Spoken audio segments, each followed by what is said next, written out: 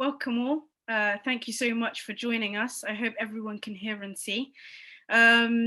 Just before I pass over to Alan, just a few reminders that this session will be recorded and there will be screenshots taken.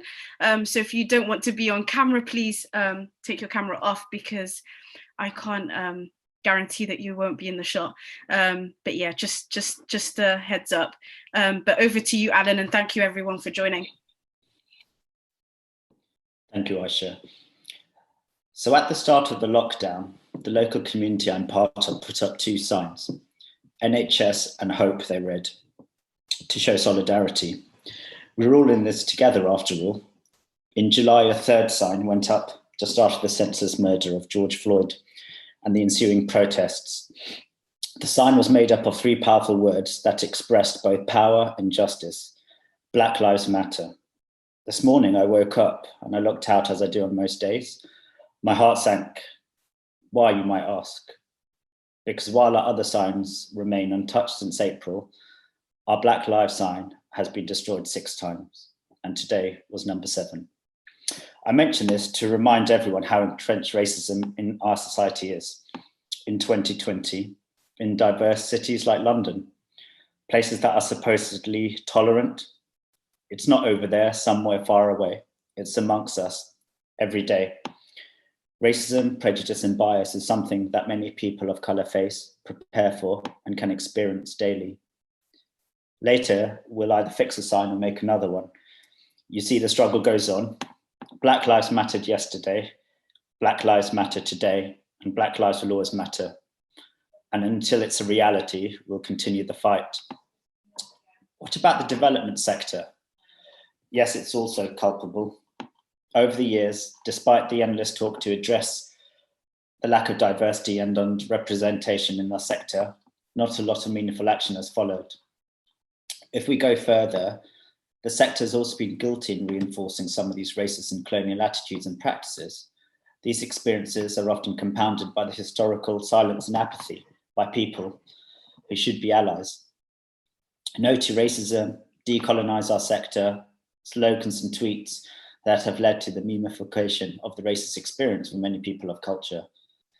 Now, memes and hashtags are a start. They show solidarity and a great way of communicating to a wider audience.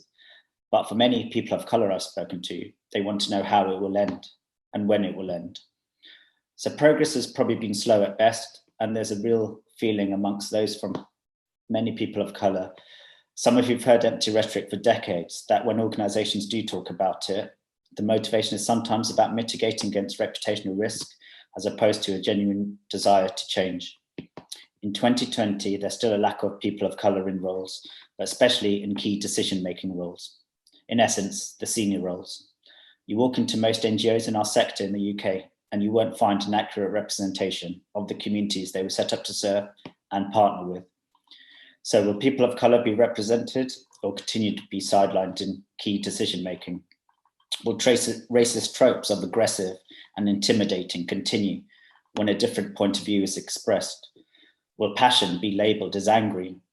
Just a reminder of the year we're in, 2020. The truth is we need change, but we needed it yesterday. So our Results UK started a process a while ago to address some of these issues and change things. We felt that we had an opportunity to accelerate progress and to help change things for ourselves and for our sector. Before the events in the summer, I actually came across a statement by our results colleagues in the United States. Statements I'd read up until then were largely okay, if a little bit on the sanitized side. This one was a bit different, and I'll just read you a few of the parts of the text. Poverty cannot end as long as oppression exists. We commit to opposing all forms of oppression, including racism, classism, colonialism, white saviorism, sexism, homophobia, transphobia, ableism, xenophobia, and religious discrimination. At Results, we pledge to create a space for all voices, including those of us who are currently experiencing poverty. We will address oppressive behaviour in our interactions, families, communities, work, and world. Our strength is rooted in our diversity of experiences, not in our assumptions. With unearned privilege comes the responsibility to act, so the burden to educate and change doesn't fall solely on those experiencing oppression. When we miss the mark on our values, we'll acknowledge our mistake. We'll seek forgiveness, we'll learn and work together as a community to pursue equity. There are no saviors, only partners, advocates, and allies. We agree to help make the Results movement a respectful, inclusive space. So in the UK at Results, we've called our work around this area our anti-oppression work. We wanted the language to strongly reflect how we see these issues. Anti-oppression will now be a consistent part of our work and is a long-term commitment to act. This has been reflected by the inclusion of this work in Results' new 3-year strategy and the development of an additional anti-oppression strategy. And I have to say, we're very lucky at Results because there's some amazing people of colour here who are helping to lead, inform and drive forward this work, alongside some equally amazing white allies who have stepped up to support these initiatives. So thank you to all of you. This anti-oppression work I talk about will lead to action, but is also broadly centred around the following: listening, learning and educating each other on racism, on prejudice. Listening means acknowledging concerns and fighting for better treatment. It's about not being silent. It's about carrying the baton so tired colleagues aren't always left to run on their own. Silence is defeating, remember. And in doing so, we amplify the voices of people of colour and colleagues who've been silent for too long. And in the end, we just need to step back a bit and, if needed, sometimes step off. So as part of our listening and learning elements of our work, we are organising a series of continuous training sessions and talks for all staff, board to staff. This important work can't be done in silos. The whole organisation has to be part of it. As part of Black History Month, we wanted to both educate and celebrate Black culture, and I put on a variety of events in this regard. This includes a book club around the works of James Baldwin, then another session about our favourite Black authors and poets. We invited a panel of Black speakers who gave us a taste of South London history and the work of local leaders are doing there to tackle racism and oppression today. So South London is where our office is based in ordinary times, but we wanted to find out about the area our office is in. We're also been conducting video interviews of Black colleagues at Results. So today marks the final day of Results Black History Month series of events. And to celebrate, we're holding this event. Though these sessions were initially designed for Results UK staff, our topic today was too important not to invite friends and colleagues in the sector to join with us and to learn with us. So on that note, I'm really thrilled to say that we've got Degan Ali joining us.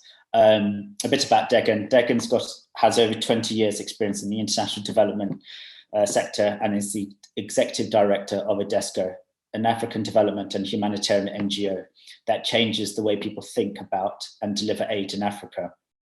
Degan's achievements include designing and overseeing the delivery of the first large-scale cash aid distribution program implemented by an NGO rather than a government agency. She has also pioneered and championed market-based and dignified solutions to aid globally, allowing cash transfers to become a standard type of aid response. So we're really thrilled to have you, Degan. And she's here today ultimately to help us learn, to challenge us, to inspire us, and we're very grateful you're here with us today. This is the point ordinarily where I would hand over to someone who does the Q&A, but because we're in this virtual format, and that person is me. So welcome, Degan. I'm good to just ask you a few questions. Thanks for being with us. And yeah, this is very conversational. So I have a list here, but you know, let's let the conversation flow as it comes. And after this, we will have a musical interlude. And after that, there will be an opportunity, about half an hour for audience members to ask questions. So there's two ways we can do that. So in some ways, I'd like it to be quite conversational. So if you'd like to ask a question, just put your name in the chat box during the musical interlude. If you'd like to write your question, you can do that too, and we'll try and get around and ask those questions too. So anyway, starting with me, Degan, I guess my first question was about, as a Somali Muslim woman in a very senior position in our sector, unfortunately, that's still quite rare in 2020. Can you tell us a bit about your experience, including any struggles you've had in your journey, and perhaps even still? Bismillah ar-Rahman ar-Rahim. Yes, good morning. Assalamu alaikum. Yeah, I think the struggles are many. being Black, being a woman, being Muslim, being a hijabi, wearing a hijab. I think there are all types of layers of these issues that come to play. There was a time I didn't wear a hijab, and I was treated much differently than when I did put on the hijab. So that has a huge impact, I think, as well. So I think my story and my treatment is not different than anybody else's in this space. Probably a different level because of the Islamic element and the hijab element, but a lot of Black women go through what I go through. Yeah, I've been ridiculed in public by white men. I've had all types of microaggressions and major aggressions. I've had people question our capacity, this narrative that you're a local organization, so you're committing fraud. You know, white people hire their friends and they network and they hire each other and they give each other contracts and they keep each other jobs, but it's called networking. When Black people try to do the same thing, it's called nepotism, you see, so it's called corruption. So, you know, all types of things. You know, my mother founded the organization. So I joined the organization. I left a very well-paid job in the UN to do this work. But that's not viewed in that way automatically. Oh, it's a mother and daughter organization, so they must be corrupt. Forget about the French INGOs that are having the CEO be the wife, the founder, and the co-founder, and the CFO being the husband, or the COO, like ACTED, or many, many American agencies that have the same history. But automatically, when you're Black, you're in a different level of having to defend yourself. And the assumption being, you know, when it's a family-founded institution and the family has made huge amounts of sacrifices to help this organization come along, including my mother not having an official salary for almost 20 years. That's never asked, never discussed, never talked about. The assumption always is corruption and nepotism and all of these things. So I've dealt with that most of my professional career, and yeah, it is what it is. White people are applauded for coming together as friends or as family, creating something like Ford company, and giving all to his sons. But when Black people do it, it's called something else. So yeah, the system is extremely racist in the narrative and its automatic perceptions. And the sad part is that sometimes we as Black people and brown people have internalized some of that as well. And we're colonized, our brains are also colonized. So we have to do a lot of deprogramming of ourselves as well, including myself. Thank you, Degan. That's really helpful, actually, that whole kind of unprogramming of our kind of colonized thoughts and stuff. And yeah, a really good reminder of the kind of the different labels we're often given compared to kind of white colleagues. And yeah, that kind of networking versus nepotism and corruption really kind of rings true, I think. I guess I just want to read you out a few lyrics from a UK Black rapper called Dave. I don't know if you've come across him or not, but here we go. Our heritage has been severed. We never got to experiment with family trees because they teach you about famine and greed. They show you pictures of your family on their knees. They tell us we're barbaric when we had actual queens. Now, the lyrics there, he's speaking about the depiction of a lot of African culture in the West. You may have heard this week that Comic Relief has announced it will stop sending Western celebrities to Africa, stop using imagery of starving people and critically ill children, and move to ensure its fundraising appeals are made by local filmmakers. I'd just like to hear your thoughts on this, and whether you think the rest of the sector should follow or whether there's an alternative approach. No, there is no alternative approach. That's the only just approach. That's the only right approach. And it's long overdue. It's sad that we had to the Black Lives Matter movement is over 10 years old, but it's sad that it had to come to this, that George Floyd's death and all of these primarily young Black men dying, but also women. It's sad that it had to come to that for people to finally wake up to white saviorism and white supremacy and call it out for what it is.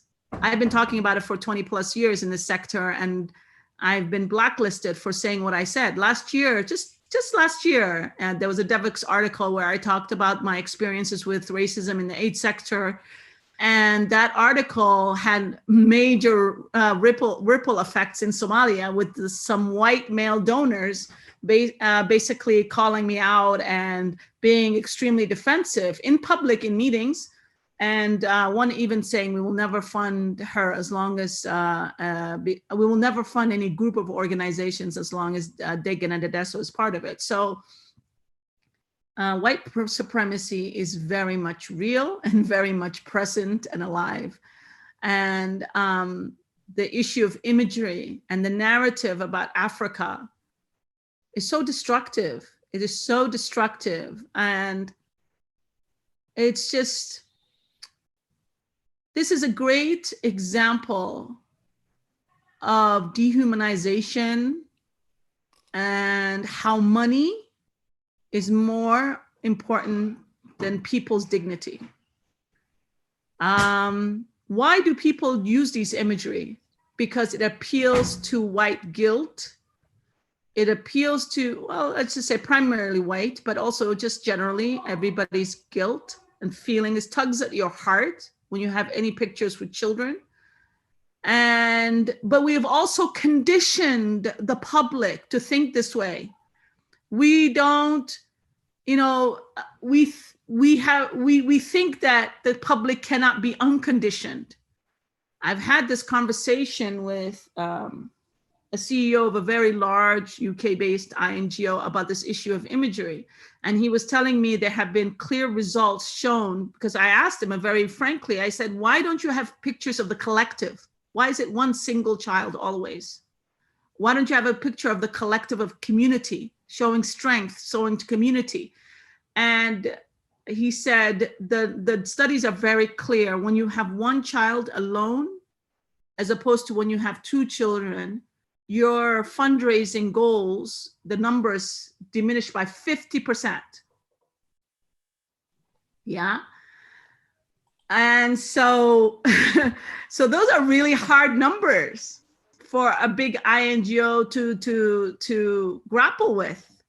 You know, are you going to make the right decisions and the right call based on your statement about supporting being anti-racist and being anti-oppression and really working with communities in a dignified way? Or are you going to make an unprincipled decision based on money?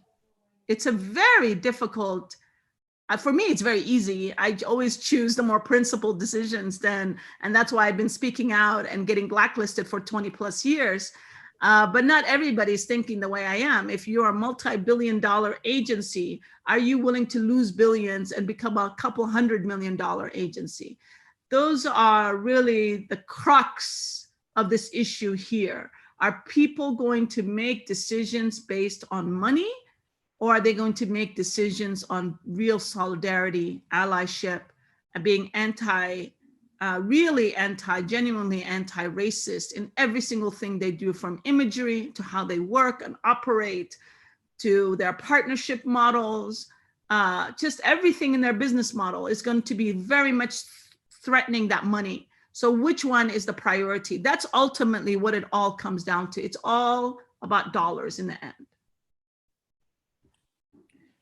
It's really interesting, and obviously just a shocking reminder of speaking out on these issues and suggesting an alternative way of doing things, and the result being blacklisted and sidelined and threatened and bullied. You mentioned Black Lives Matter and kind of George Floyd, and again, a helpful reminder that, you know, this is a movement that's been going on for 10 years. Obviously, you will have noticed since that, though, it's kind of been open season for NGOs to discuss racism, colonialism, the lack of representation in a way that's been ignored in the past and sometimes even dismissed. Based on past experiences, many people of color are a bit skeptical and may view these conversations as performative. It would be good to hear your thoughts on this, particularly on what's going on recently, and what, in your opinion, you think the sector needs to do to disrupt the status quo and enact genuine and long-term change.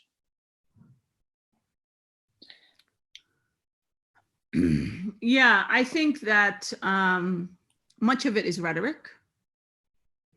I found out something that surprised me. I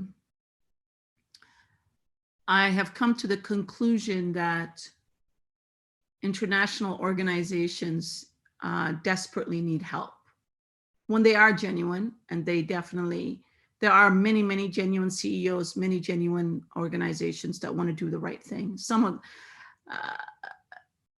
as I said, the rubber hits the road, or that genuine principle, desire, aspiration will at some point conflict with money and funding and income. And whether their boards, who they have, you know, they have purposefully, this is part of the corporatization of the industry, you know, they've become multi-billion-dollar institutions by design.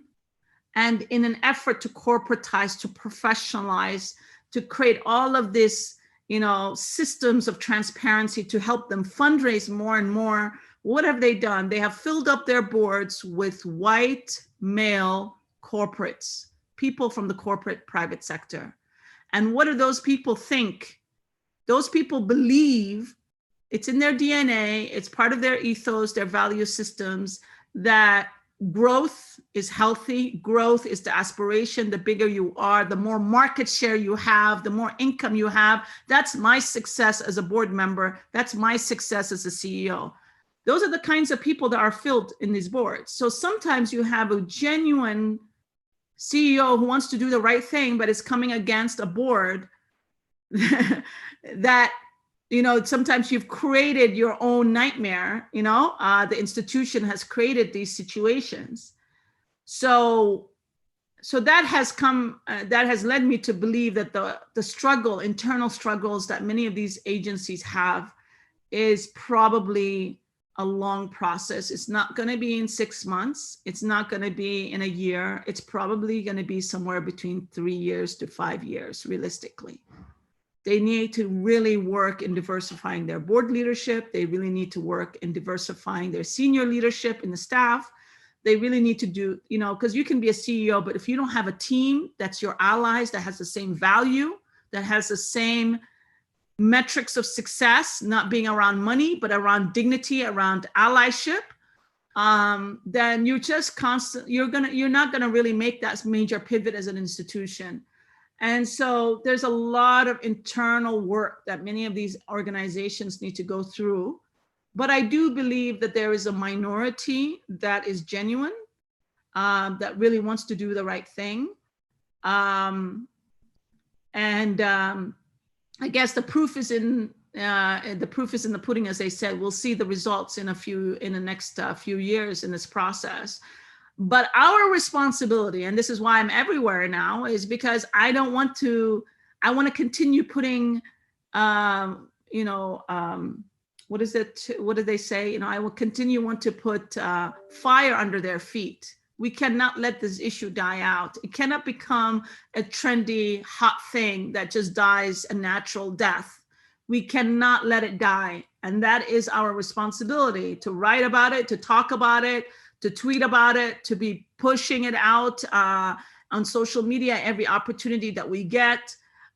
We cannot, it's like a pressure valve. We need to keep that pressure valve as high as possible and for as long as possible until we get the release.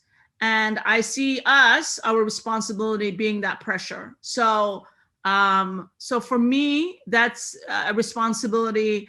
That's what I'm trying to do.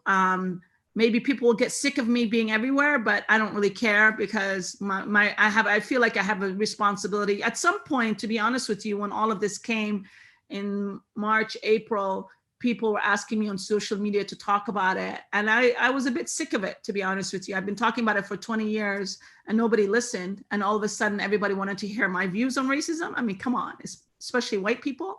And so in the beginning, I said, no, you all deal with it. You as the white supposed allies, you go ahead and talk about your own white supremacy culture and let you deal with it. And that was my instinctual reaction in the beginning, because frankly, I was exhausted, I was tired, and it was feeling kind of hypocritical that all of a sudden now it's okay to talk about these things. And so in the beginning, I really didn't want to address this, but then I realized that there was a moment in history, and this moment in history cannot be squandered.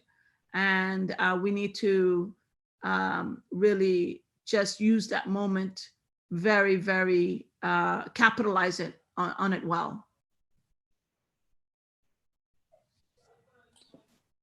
Thank you, Degan. I want to go back to kind of something I kind of read a little bit about, something you mentioned recently. You spoke about racism as a systemic structure of power, money, decision-making that goes into the design of humanitarian aid systems and architecture. Could you just tell our audience a bit more about what you mean here? Well, I mean, where do I start? Okay, let's talk about the history of colonialism, partitioning these countries into small, tiny nation states, the whole concept of nation states, and removing empires, African empires, you know, the Ottoman Empire, all of these entities being destroyed and creating these small little nation states. Arikana, I think I don't know if you guys know Dr. Arikana, but you need to listen to her. She's a former AU ambassador. She talks about this. She talks about how Cape Verde, or a small country like Burkina Faso, is now all of a sudden having to make major trade decisions, economic decisions, negotiating with a big power like the EU or the China. How do you reconcile that? How do you have these small little teeny, almost unviable nation states negotiating with these massive, powerful entities? It's not fair. It's not equal. Yeah. The EU got it correct. They knew, and they were very big nation states. France, Germany, they were very big, but they knew the power of unity, and they got their act together and they came back together. You see, this is a repeat of history where these empires used to be in Europe. Now they're coming back together because they realize that power is in scale, the economic scale that you have. US can dominate and be almost equal to China because it has the purchasing power of over 300 million people. You see, when you are a small nation state of 2 million, what kind of economic power can you wield against the China or the EU? So this is purposeful by design. The partitioning was not simply to give a little bit of chunks to France and Germany and Belgium and the UK. It was also to ensure that these people could never come back together and form these empires. Everything has been done to also destroy the efforts. I mean, all of these Pan-Africanist leaders that were killed off and assassinated by the CIA and others, the French governments and others. Anytime you have a Pan-Africanist leader, last one being Libya and the invasion of Libya, and his plan was to have one unified African currency pegged against the what? The gold, not the dollar. All that gold, by the way, that belonged to the Libyan people has all been stolen by the US and Europe. So there has been purposeful design to destroy any efforts at Pan-Africanism, at unity on the part of Europe, the former empires, and the new US empire. So this is by design. This is not by happenstance. Let's look at the 14 countries that are former colonies of France in West Africa. They are still not independent. The central bank of Paris is where the deposits of these 14 countries sits. Yeah? They do not have independent access to their own central bank and house their own reserves, their own money, their gold, their whatever that they have in their own central banks. They have to, this is part of the independence agreements. Basically, France said, we're going to give you quote unquote independence, but in return for that independence, you have to do X, Y, and Z. And they had to. They're small, little, tiny nations, states. Yeah. Again, going back to the 1890 Berlin Conference and the partitioning. So they had to agree to these policies. They have almost no economic, monetary independence, these countries. When the government of one of these 14 countries decides to do a massive infrastructure project, the agreement says that that France has any French company has the first right of refusal, right? So you are the minister of water and you're going to, or the minister of roads, and you want to construct a highway. A French company has to be given the opportunity to be the first bidder on that project. And that French company can come to you and say, we think you undervalued the cost of this project. And you have to increase the budget and give them more money. Okay, so now these are the realities, in addition to the coups and all of these things that are being perpetrated every single day by the French armies and the French intelligence services who have bases in these West African countries.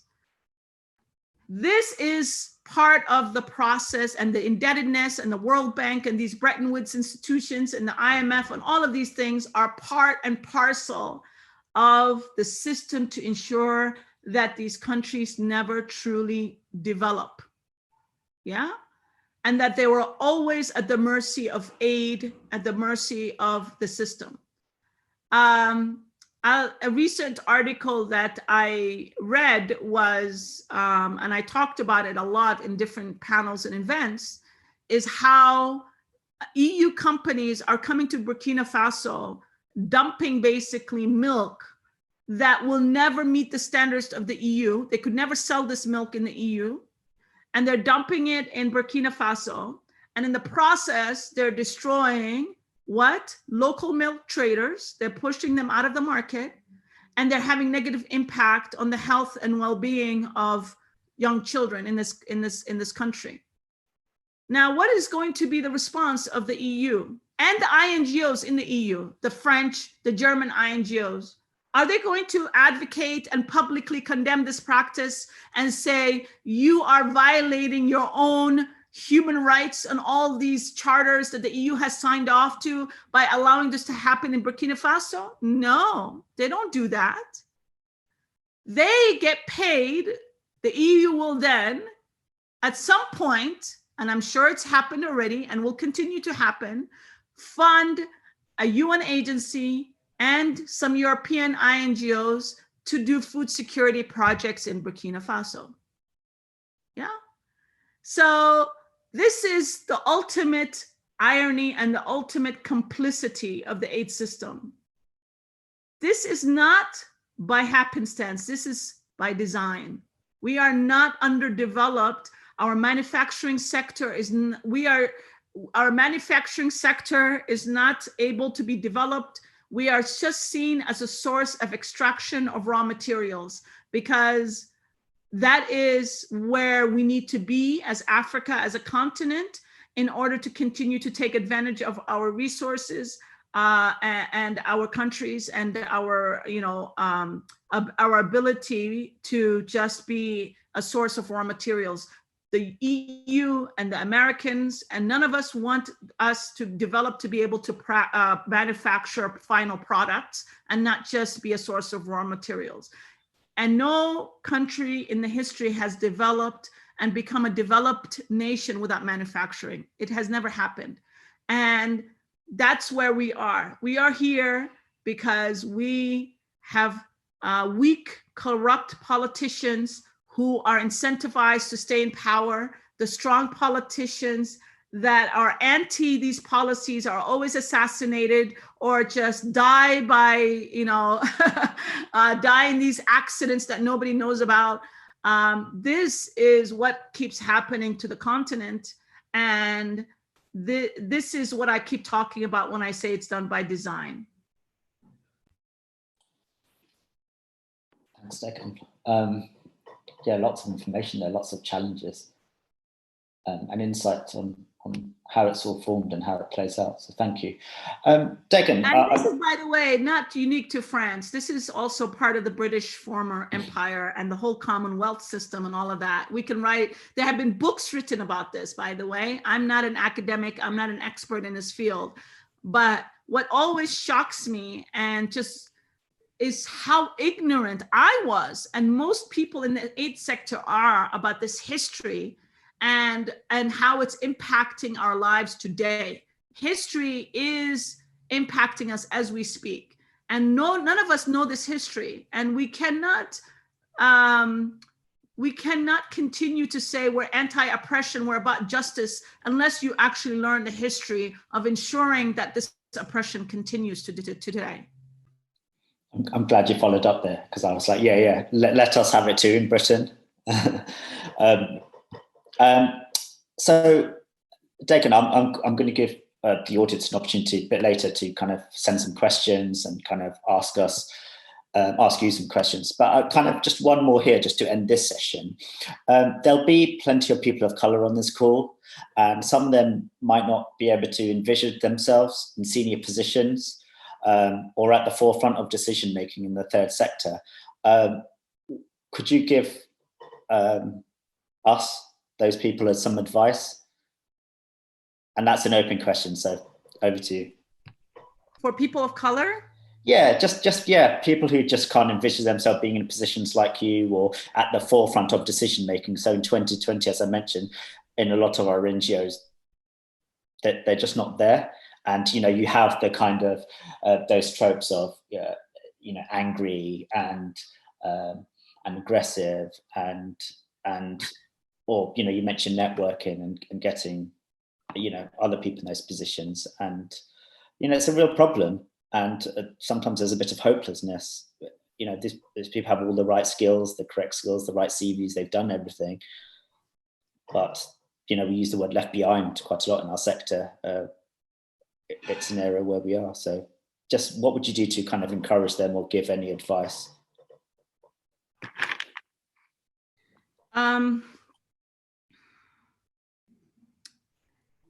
It's really, I was having a conversation with Aisha the other day, and she was reminding me again, I've had these conversations over different periods of time. I left the US in 1999, and I haven't looked back since then. And I'm so happy I made that decision. It was the healthiest decision for me ever and for my children. I talk about how mentally exhausting and difficult racism is to experience on a daily basis.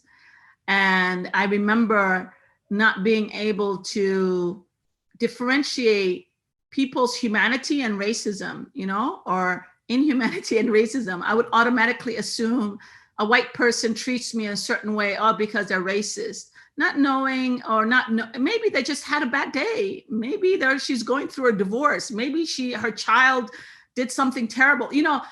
people are humans, you know, but automatically every single interaction you have with a white person is through a lens of racism. And that also, not many times it's authentic, it's real racism, and sometimes it's not. But because you just don't have the ability to just be a person, it's so unhealthy and just destroys your psyche, and it contributes to your frustration, your anger level that's justified, but it's just not really healthy. And I'm just so glad that I'm not in that environment anymore. And talking to Aisha just made me realize, all, my Kenyan friends over the years that I've been talking to who are in the UK and having hard times getting jobs as Black women. They were not, they're like Kikuyus, or they're not Muslims, they don't have hijab.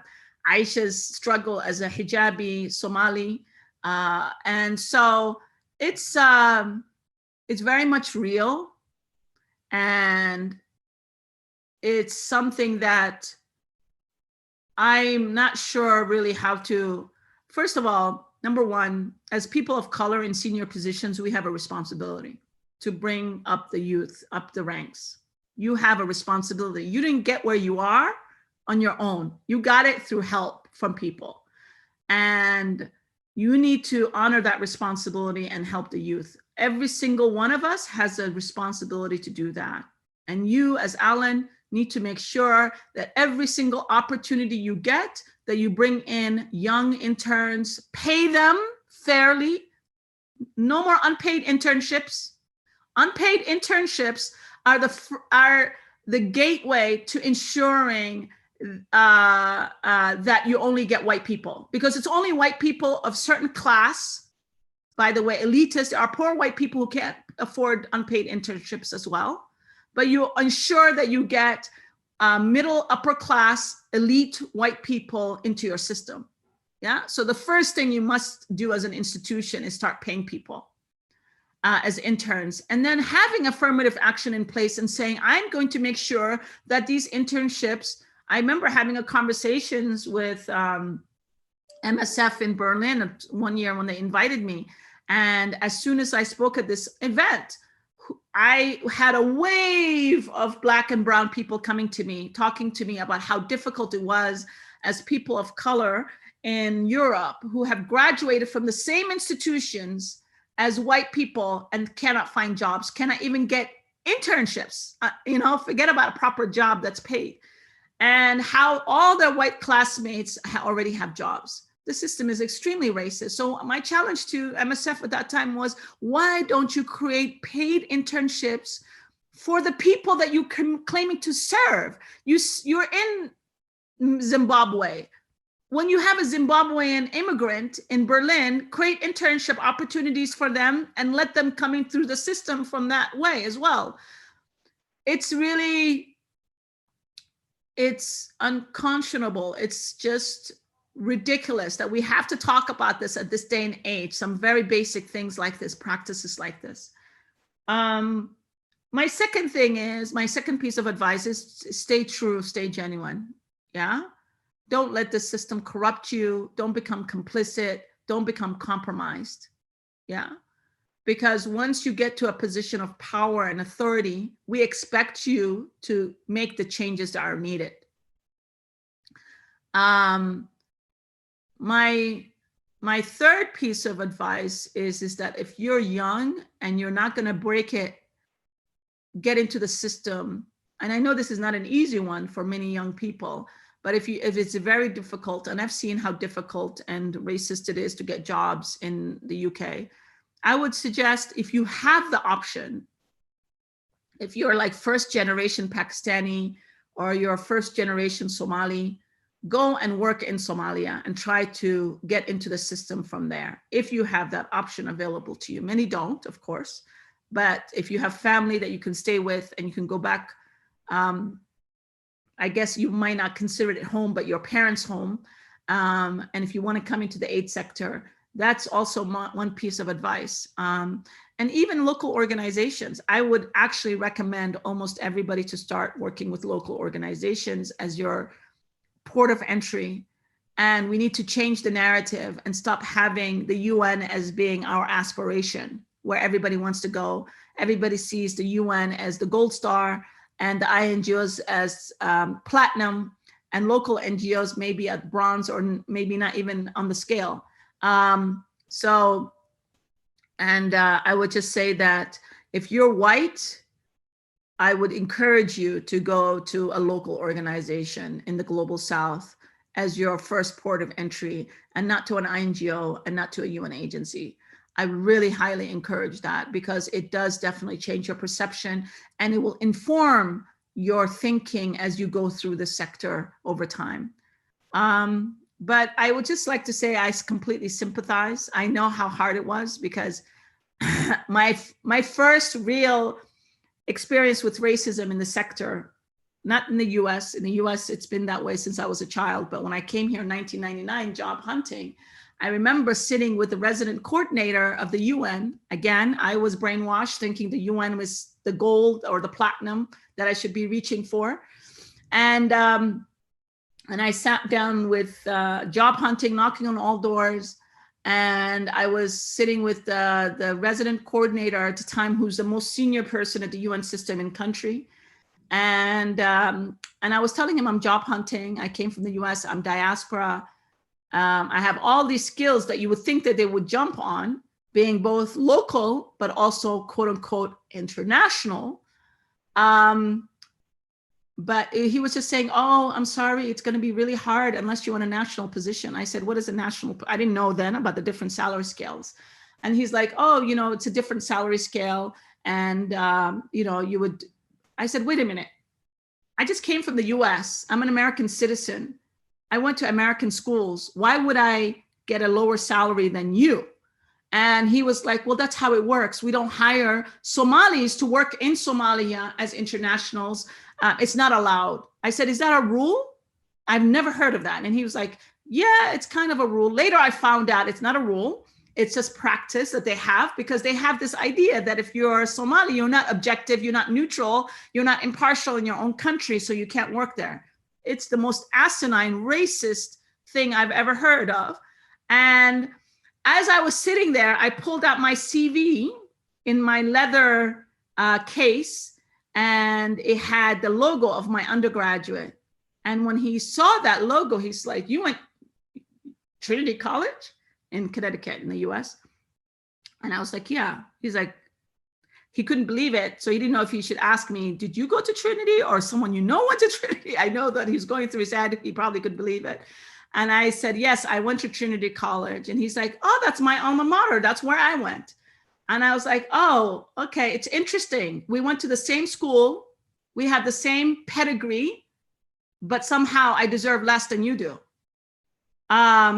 So I didn't say that to him. I was thinking that, but because I still wanted a job and I wanted his help in networking. Of course, he didn't do anything for me. Eventually, I got a job with the UN.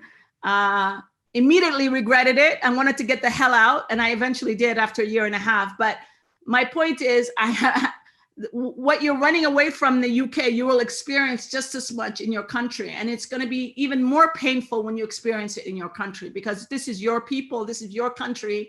And to be treated in such a way amongst your own people, I think it's probably one of the worst feelings. I didn't have any illusions, or I didn't expect America to treat me better. Really, I really didn't. But I expected Somalia to be treated differently in my own country, because I still feel Somali. I feel more Somali than I do American. And I think that was more painful, I think, than anything else. Thank you very much for that answer. A lot in there. There's some questions being sent already. So I think what we're going to do now, Degan, is first say thank you very much for closing this part of the event. As I said to the audience before, if you have questions, I'll come and I'll either ask you, so you either put your name down with your question and ask you to kind of just speak out your question in person, or I will read it out if you prefer. But before that, I think we're going to have a musical interval, and I think Aisha is going to introduce our guest. Whoa, thank you so much. What a powerful start. And I hope that you know, that everyone is able to contribute to questioning. That was a lot to think about. So thank you, Alan, and thank you, Degan. We do understand that this is in your lunch break. So we thought to introduce and invite, it's an honor really to invite Edith, who's an award-winning musician, actress and bassist. She fronts the band Utonga from Zimbabwe and has toured globally. Edith is currently studying for a master's in music and development at SOAS University of London. She's an artist who uses her music and theatre experience to campaign for global causes. She's worked with Doctors Without Borders in Belgium on sexual health and the Amari Consortium on mental health and many others. So before I introduce you, Edith, to perform and do your piece, use this time to eat your lunch if you haven't already, and think about those questions for the opening of the panel. But for now, enjoy the music. And thank you so much. It's an honor, Edith, and I can't wait to hear it. Thank you so much for having me. Hi, everyone. I've had the opportunity to work with Results doing a song on zero malaria, and I'm glad to be here right now. So this song is titled Mukaranga, and I'm not going to reintroduce myself. Everything has been said by Aisha, and I hope I can play my role as you play yours in everything that we do through my music or through the work that we can do within the communities.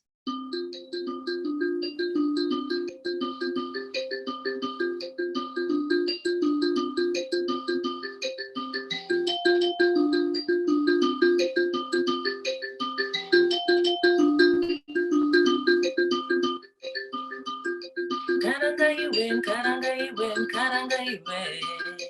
Karanga iwe, karanga iwe, karanga iwe.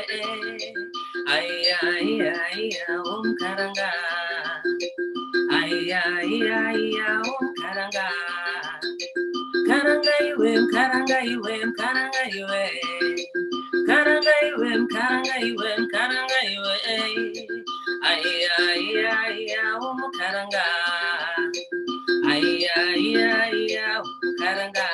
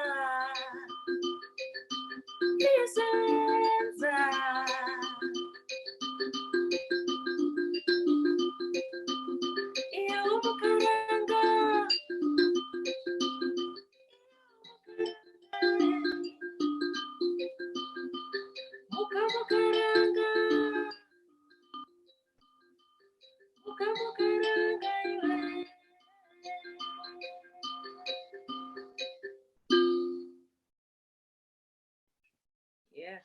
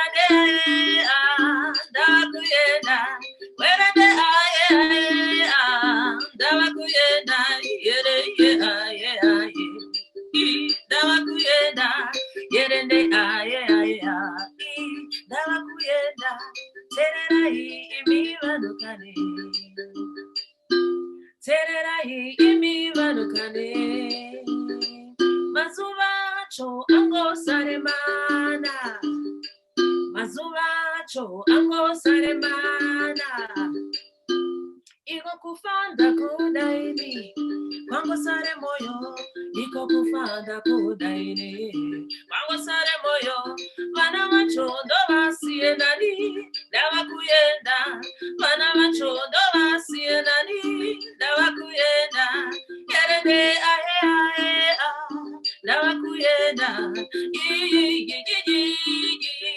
dawa kuyenda yere yere dawa kuyenda yerende ayere dawa kuyenda ine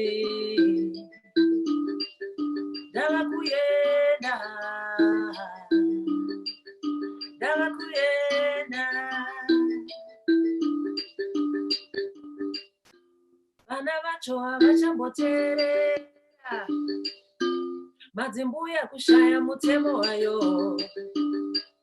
adzisekuru akapera kare vakadzi kupfimba varume iwe kumire pondo arishambotenga chinhu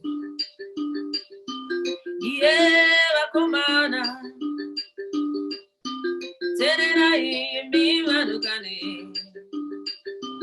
tererai imi vanhukane mazuva acho angosaremana mazuva acho angosaremana iko kufanda kudaini kwangu sare moyo iko kufanda kudaini kwangu sare moyo kana vacho ndo vasiye nani dawa kuyenda kana vacho ndo vasiye nani dawa kuyenda yerende aye aye dawa kuyenda yere ande aye dawa kuyenda wai hey dawa kuyenda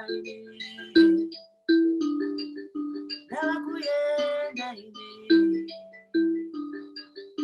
dawa kuyenda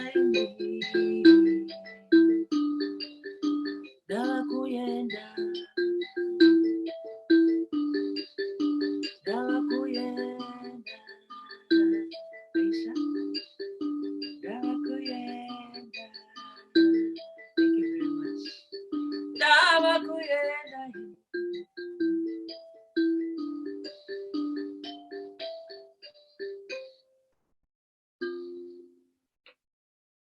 Thank you so much. Thank you so much.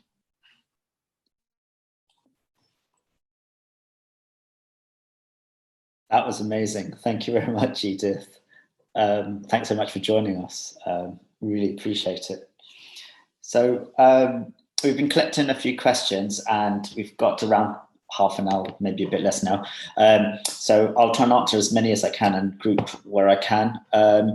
So there's a question here whether this is being recorded, but I'm guessing that's not one for Degan, so I'll ignore that. But yes, it is being recorded, guys. So Degan, there's a question here from John Hume, I think I'll just read it out because he's written it out.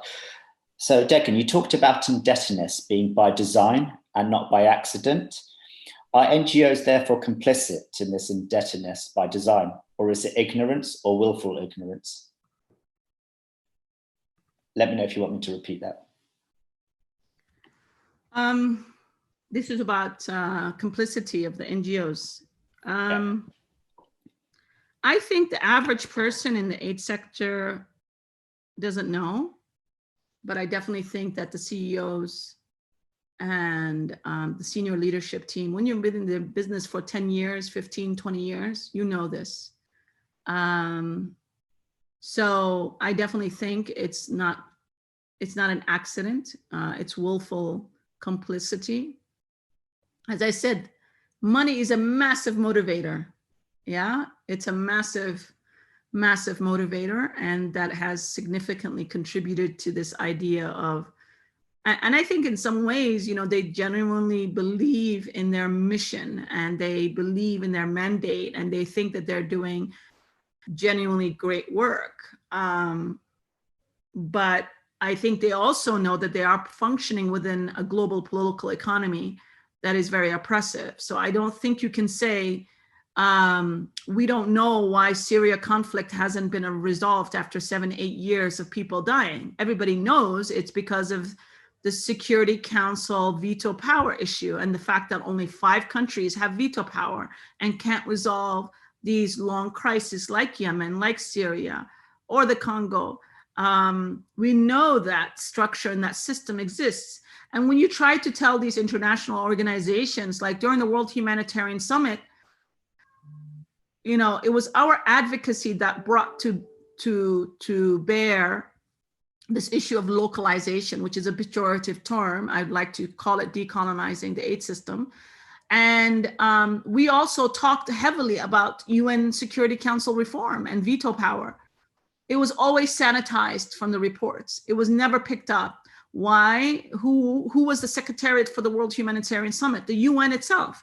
And these are the controversial issues nobody wants to talk about. Did we get any allyship from INGOs in support of our demands as a global South that we put this on the agenda? If the INGOs had wanted it on the agenda, believe me, it would have been on the agenda, but they don't want it because they know how are you going to tell DFID you have to give up your veto power as the UK government, and you have to support every single country in the world to have same equal power as you as the UK government, when the UK government may be your biggest donor. Believe me, that's a great way to get enemies of DFID, and many of them don't want to do that. So this is part of the complicity, that you choose to take the money over making these principled stands. And this is why I say that INGOs have lost their moral compass, because they have their moral compass or whatever morality that's left in the system is motivated by funding and money and income and growth rather than doing the right thing. Thanks, Degan. It's a question here from Yannicka. Yannicka says, thank you for taking the time to speak with us today. Is there a balance that can be struck between advocating for incremental policy changes towards ending global poverty and achieving global social justice when the governments we're lobbying are perpetuating colonialist and racist power structures? So a bit of a mouthful, I can repeat that if you want.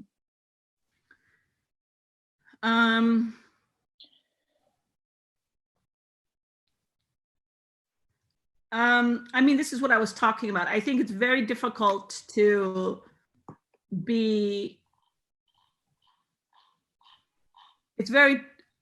okay, a couple things. One, the complicity in the system starts with local organizations up the chain or from the top all the way down. So the UN staff know how bad the system is, many of them, but they don't want to change it because they're getting great salaries, great benefits, nice lifestyle, and they become complicit and compromised over time. And frankly, you know, these are their donors. They don't want to bite the hands that feeds them. The INGOs do the same thing. The locals do the same by not angering the INGOs in the UN who are their donors. So everybody is muzzled in the system. Everybody is self-censoring themselves because they are so scared of losing funding. So, I mean, I think it is very possible to be an advocacy-based, a social justice, a political organization, and still do good work on the ground. But of course, and I think they are in the best position to do that. Why? Because they have huge access to unrestricted funding. They have, like Oxfam has all those shops, not during COVID, but generally they have a huge amounts of unrestricted funding. They get money from the general public. All of these, they get more money from foundations that is very flexible, that we don't get access to, you know? So majority of these foundations are funding these INGOs. They're not funding Global South actors, majority of them. So they're in a much better position financially to take those risks and be less complicit if they wanted to and become more political. But they choose not to, because in the end, it would mean that you have to walk away from a lot of bilateral government funding, because it's not going to be easy to be extremely political as an organization and to talk about economic and political justice, and at the same time expect 10 Downing Street to still keep handing you billions of program funding. It's not going to happen. At some point, it's going to dry up, I believe. I believe that your funding will be majorly at risk. But that's, for me, that's the right choice. That's the better choice. That's the higher road. That's the principled road that they should be traveling. Let's see if that happens. I think ultimately, as I keep saying, everything comes down to decisions is around money. It's about funding, and it's about growing smaller. Are you ready to let go of your massive headquarter expense and costs where you have, thousands of people sitting in London or sitting in Oxford or sitting in Washington, D.C.? Many of them, that's really hard. Oxfam is making some of these hard choices because of COVID, but they should be, we should be having organizations make these decisions, not because they're having a financial crunch, but because it's the right thing to do. And it's how you want to be relevant and stay in business. I think the organizations that are in the forefront of making that shift are the ones that are going to still exist in 20 years. I think the ones that are still tied to their growth model around money, those are the ones I think that are going to become dinosaurs in the next 20 years. Thank you, Degan. I love how you keep talking about principles. I don't see enough language of principles around a lot of kind of NGO Well, it's work. funny because, they dump these humanitarian principles down our throat, and they keep saying, local NGOs, you're not neutral, you're not impartial. You can't do this work. We need to come as white saviors from Europe because we're not from the communities. We're not of the communities. We're not party to the conflict. And we're the ones who can uphold these humanitarian principles, right? But they are the least principled actors in the system. That's what my 20 plus years of experience has shown me. They are the least principled, and they are the most corrupted and most compromised organizations in the system, are the global North institutions, starting from the UN on down. Yeah, absolutely. Guys, just so you know, I think just to make this a bit more interactive, and while we've got Degan, I might ask people who've asked questions, if they're comfortable, just to ask them themselves. So I've got a list of questions here, so I might go over to you. If there's a strong reason why you don't want to, just let me know. But I'm going to pass on to Soha. You're up first, so it's on you to ask your question. Sure. Thanks, Alan. Thank you, Degan. That was really, really interesting, very insightful. My question is, in your experience, have you seen examples of development done well, either by NGOs or other organizations or even donors or specific projects? Because, we've seen a lot of things that have not gone well, but it'd be good to understand if there's anything that we can learn from. Thank you.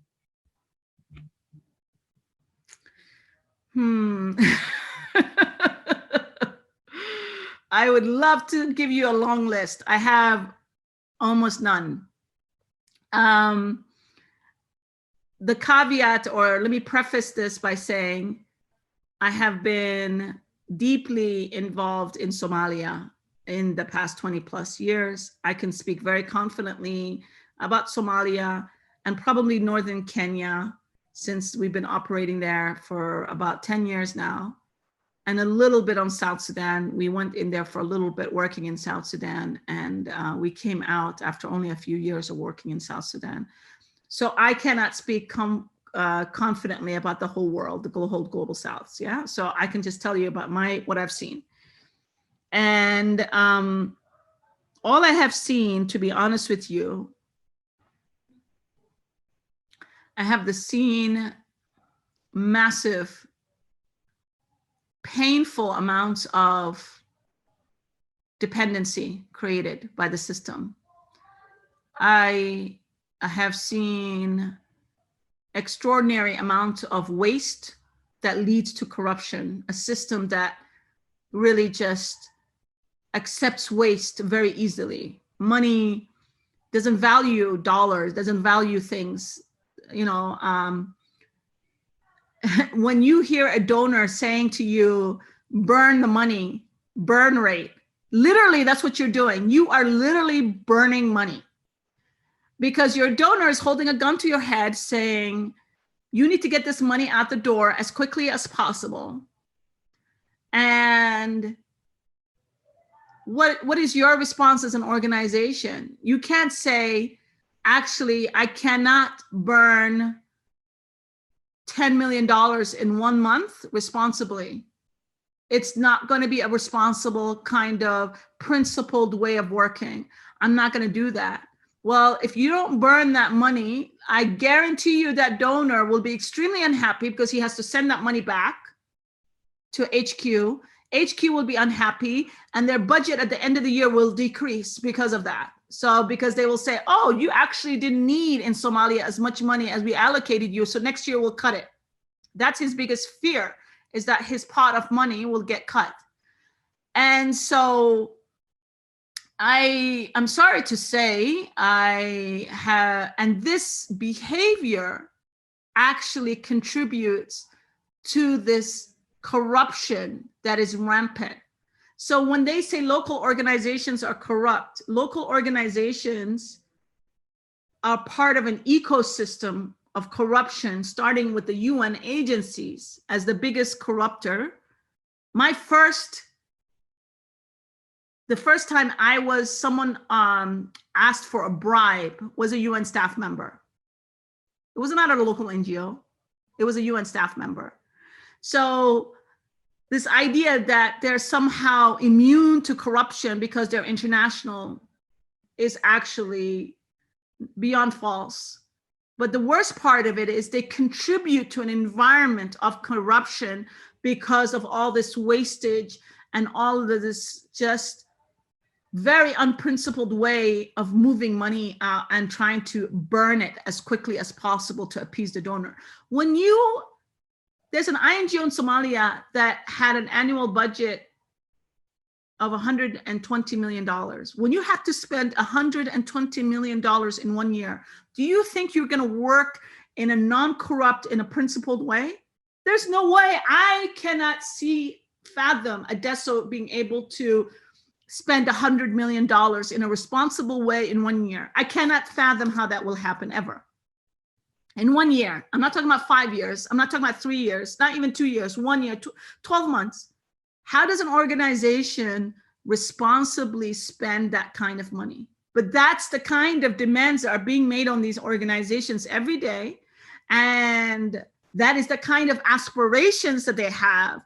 They look at that $120 million organization as the epitome of success, and everybody wants to become like that organization. You see, they don't say, wow, that is really, really wrong. That is wrong. We shouldn't be doing that. We should not be allowing that to happen. We should be telling all of those donors that's irresponsible. Not one organization should be burdened with that. They don't see it as a burden. They see it as a sign of success, you know? So this is the problem in the system. So when you have that endemic everywhere, whether it's in South Sudan, whether it's in Somalia, whether it's in Kenya, I'm sorry, but you're not going to have huge amounts of success. Thank you, Degan. So we've got a question here from Aaron, who's Results as UK Director. So over to you, Aaron. Thanks, Alan. Got me just as I had a small piece of chocolate, perfect timing. But it is the lunch hour, so I'm allowed. Look, Degan, it's been great to hear from you. In Results, we talk about, we work on the end of global poverty. It's an impossibly big job. And when we talk about what that actually means in practice, we talk about it being where everyone has access to health, education, economic opportunities, and political voice. And so when we talk about that work, we often, some of the biggest numbers turn up in our health work, billions of dollars mobilized, millions in the fight against disease, millions of lives saved. But really, really central to what we want to do and what we do is that it's the political voice that is actually the most important. And really, that's how we drive real and sustainable change. So my question to you is, so for us to do more and be better in that work, what would you challenge us to do as an organization based in the UK, with the UK constituency, talking to the UK Parliament and the UK public, and working in partnership with other organizations around the world trying to do that in both donor and aid recipient countries? Well, for one thing, I would critically look at your business model and how you work. We can't talk about these issues unless we're also self-critical and reflect on how we operate. Are you guys part of that machinery that sees success as being part of becoming bigger and bigger and bigger and getting more market share, more offices around the world, becoming a bigger, replicating the CARE and the Oxfam and the Save the Children models, fundraising being your primary source of success? And then again, what do you do with that money? How do you channel it to local governments? How do you channel it to local organizations? Or are you just keeping that money for yourselves and opening offices on the ground? I think you guys more of an advocacy campaigning organization. Maybe you don't have offices on the ground, which is actually a very good thing. I really don't like the model of these or INGOs that come and have foot soldiers on the ground and come in and think that they're going to save us. But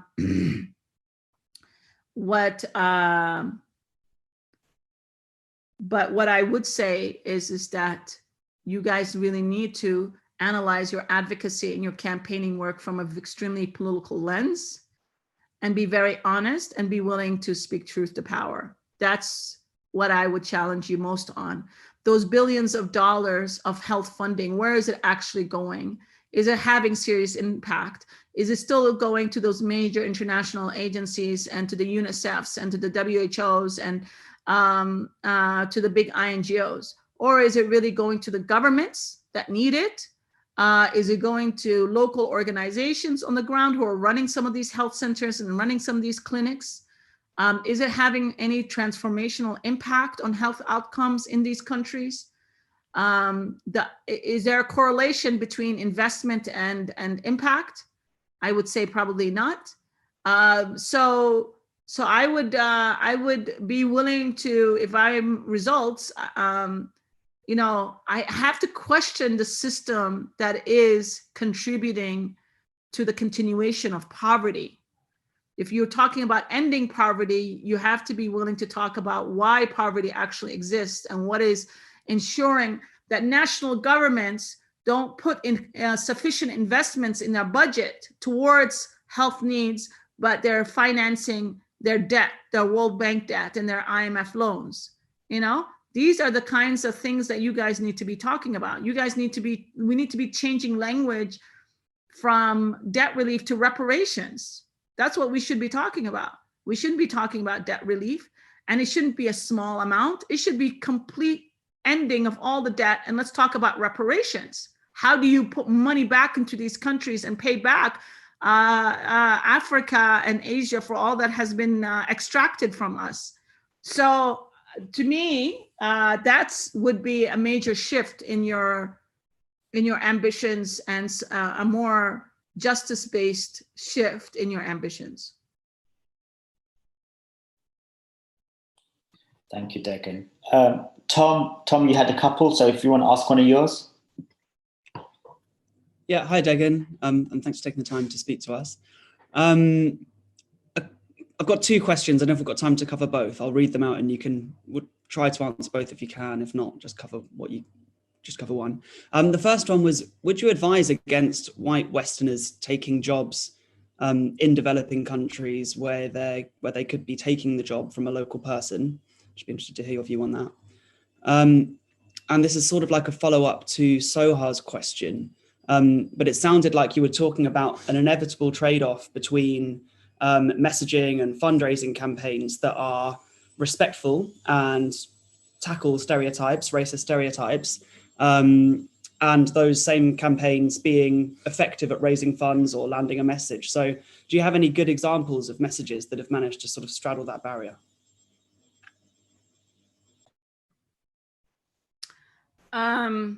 No, I think it would be very interesting to have Comic Relief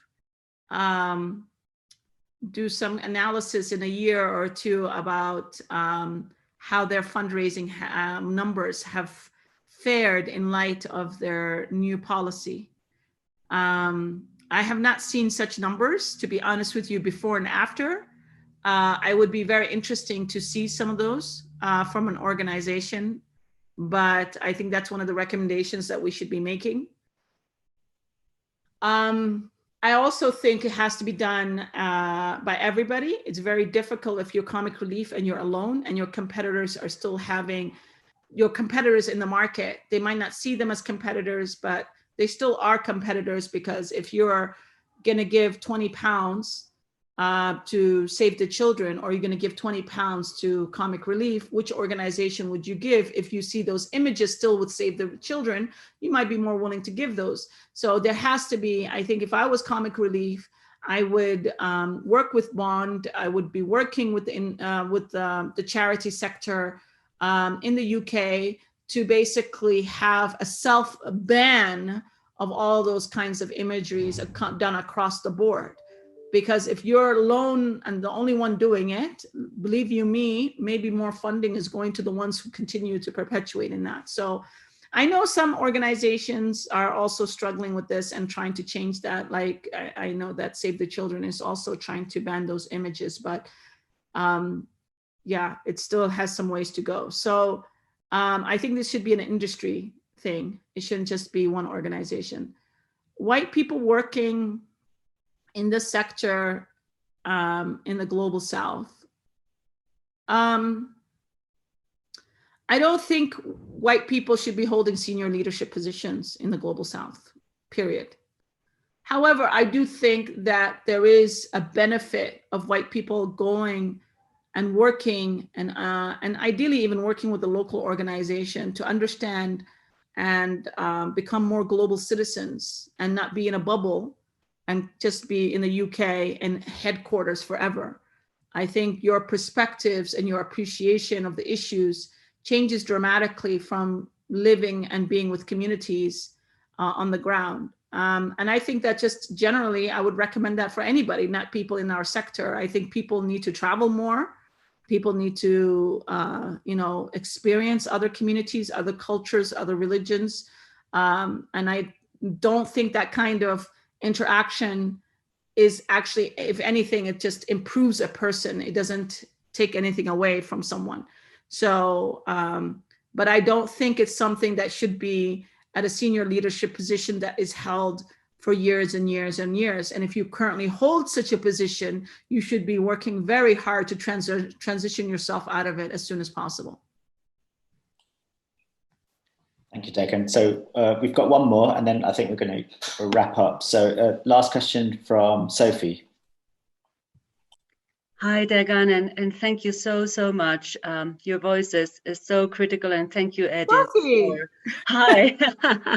for your beautiful music. Thank you so much to both of you. I know you were here. I'm here. I'm here. Thank you so much. No, Degan, when you speak, sometimes I feel like, oh, let's just press reset. Is this even transformational? And if it is, and I'm not sure if it is, where, which are the areas where you would say, unless this, these are the trigger points that will really help us get to larger, deeper change. So, and structural change, if there's 2 or 3 things, I know that in itself is a hard question, but if there's 2 or 3 things, what do we need to transform if we ever are going to aspire to really make a transformational, structural, anti-racist, anti-colonial change?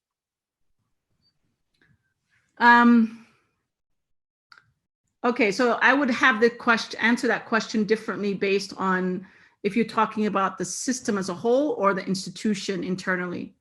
If you're talking about the system, I think one of the first things I would say is we need to, if we're not going to reset and start from scratch with the UN, we definitely need to remove veto power. That's number one, in my opinion. I think the UN can only change if that whole construct of veto power is destroyed. I think then the G77 will have equal power to the might of the global G8 or whatever.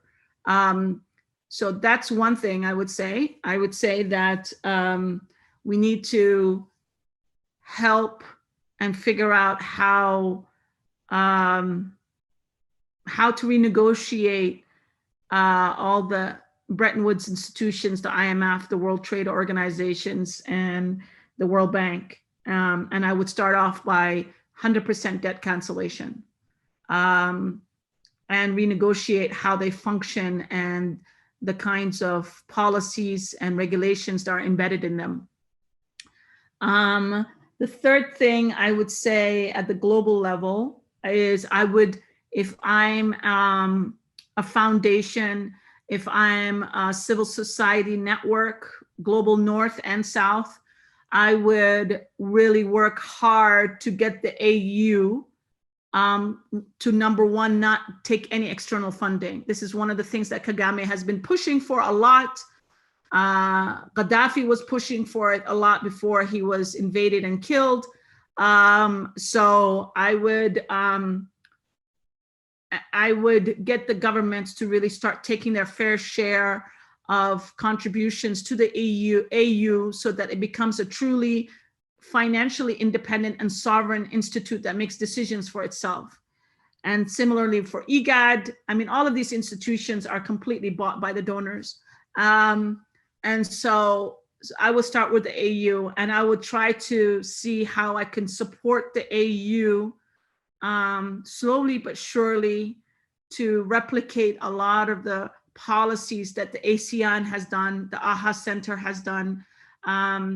So a lot of that was supported by civil society. Oxfam helped a lot. But there was the will also from the national governments in Asia in establishing ASEAN and the AHA Center. So there has to be kind of AU-wide policies on disaster management that says, we are sovereign nations. You are not going to come in and do whatever you please, whenever you please. Level 5 emergencies are not going to be declared in Philippines and Indonesia, where the international community just comes in and does whatever they want. I would love to see Africa follow suit and make some of those kinds of changes take place in their countries. I could go on, but I mean, if I was a European network, whether it's Bond, Voice, ICVA, I would really be working for one, getting the French to really give full 100% sovereignty to those 14 West African countries, starting off that would just be, if there's one focus area that I would focus on in Africa, is getting those 14 countries, the French government, to cut the cord once and for all, financially, economically, militarily, remove its bases from there so they can't just do a coup like they do every single time. That's what I would do if I was genuinely looking at a solidarity. These are very, very political aspirations. They're not small by any chance, and they require unity, and they require real work and advocacy on the part of global North institutions. These are the kinds of things that will get you defunded by your national governments, guys. You know, these are not small stuff. So that's what I would do externally. If internally, if I'm to decolonize my business model, I would completely transform the board of your institutions and have people from the global South lived experiences be the majority and not a minority, token 1 or 2 people of color. I would no longer have offices for implementation. I would have offices for partnership. I would remove all expats from the global South and try to transition all of these positions to people of color from those countries. I would no longer be implementing programs directly. I would be transferring all my implementation 100% to either working with the government, relevant line ministry, because they are the duty bearer. It is the government who's responsible, not civil society, for water, health, education. It is not us who's responsible, trying to support the governments as much as possible to increase their capacity where they lack it, and giving them the support that they need. And if it's not the government, I would transition to a local organization to be the implementer. And all I'm there is to facilitate. I'm not going to have this massive footprint on the ground. I would just be giving money and giving assistance technically only when asked for by my local partner, whether it's the government or whether it's the local organization. I would not be assuming that I'm needed. I would just be there really primarily as a conduit, as a transfer of money from my wealthy countries.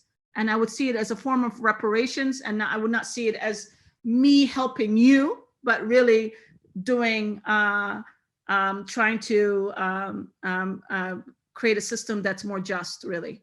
So that's where I would start off. Wow, thank you, Degan. Like during you being with us, my kind of phone and my Slack has just been blown up. Messages like, who is this? This is fire, like, this is amazing. So thank you so much. I think I'm going to struggle to focus on any of my work this afternoon, thinking about this through. And I guess the first bit of learning from this is whenever we get Degan, we need more time, because there's so much, there's so many more questions, there's so much richness and stuff. And thank you just for that kind of quite amazingly beautiful, devastating critique of aid architecture and systems, but also just providing solutions and ideas of how we proceed and go forward. So that's been really, really amazing. And thank you also. And I don't know if it was mentioned by the that Degan is actually in Nairobi in Kenya. So she's joining us in different time zones. So extra appreciative. Ida, thank you for that beautiful music as well. It was kind of, it was just beautiful. Listen to that, and hope we get you back as often as we can. And I just want to do a quick shout out to the people who made this event happen. Like you've got people like B on this call, you've got Lucy who's not on this call, and Zoe, who have been just driving a lot of this event and putting in lots of hours. But the MVP of this event, taking a needless aside, is Aisha. Now Aisha works part-time. Aisha has been doing this on her days off. You know, we talk about taking labor and stuff. This is something she definitely wanted to do, and I made sure she was supported. But please, can we just, the woman is incredible. We need more Aishas like this, and it won't be long since we see Aisha in senior positions, but I guess I'm genuinely and actually very moved of all the work you've been doing this week to make this happen. So thank you very much, Aisha. I don't know, how do you end more naturally than that? Thanks everyone. Alan, I just want to say something about Aisha. Yeah. She was talking to me as a Somali, like aunt. She keeps calling me aunt in Somali. Before you guys hired her, it was very difficult for her to get a job in the sector in the UK. She's a great example of the loss that international organizations are missing, not only from different perspectives, but just capacity and what racism does, because you would not have had Aisha if you didn't take a chance on her and open that door for her.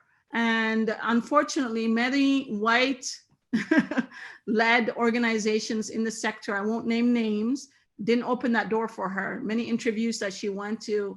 And so this is where I think as a sector, we need to hold each other accountable. These are the kinds of things that need to be talked about, because it's not just Aisha, it's Kavina, it's so many women, Black women that I've talked to over the years who are immigrants in the UK and just cannot get an opportunity, cannot get that job, that first opportunity out of school to get to put on their CV. So there is something very endemic in the UK, and you all need to work on it and really address it. And I would love to see Results talk about it more and more, and Care, Sophia, talk about it more and more, because this is a serious problem in the sector. Very much agree, absolutely. So thank you, everyone. Thanks for joining us. It's just a beautiful way to end Black History Month.